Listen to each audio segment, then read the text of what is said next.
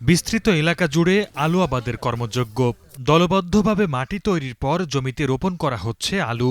এরপর ঢেকে দেয়া হচ্ছে খড় বিচালি দিয়ে। পুরুষের পাশাপাশি চাষাবাদে যোগ দিয়েছেন নারীরাও। এই চিত্র বরগুনার পাথরঘাটার মাঠে মাঠে। আলু উৎপাদনে দক্ষিণের শীর্ষ জেলার মধ্যে বরগুনা অন্যতম। কৃষকরা জানান, প্রতিবছর নভেম্বরের মধ্যে আলু রোপণ করা হলেও সার সংকটে এবার দেরি হয়।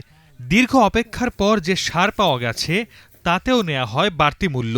ওষুধ ও কীটনাশকের গায়ে দাম না থাকায় ডিলাররা ইচ্ছে মতো দাম নিচ্ছেন বলেও অভিযোগ তাদের।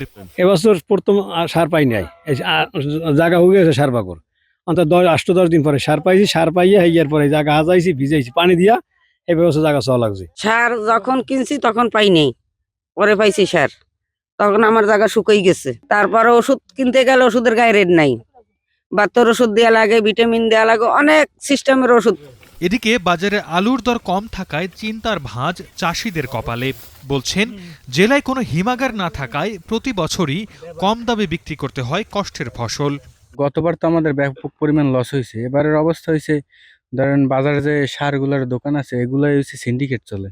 ধরেন এই আর কি বাজার পর্যায়ে সিন্ডিকেট, তারপর বিভাগীয় পর্যায়ে সিন্ডিকেট।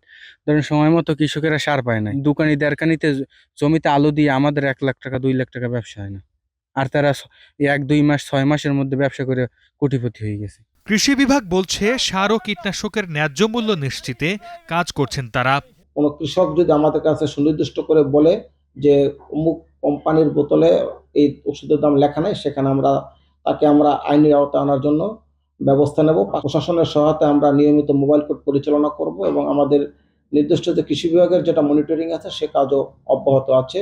এবছর বরগুনায় 945 হেক্টর জমিতে আলু আবাদের লক্ষ্যমাত্রা নির্ধারণ করা হয়েছে, আর উৎপাদন লক্ষ্যমাত্রা ধরা হয়েছে 23,625 মেট্রিক টন।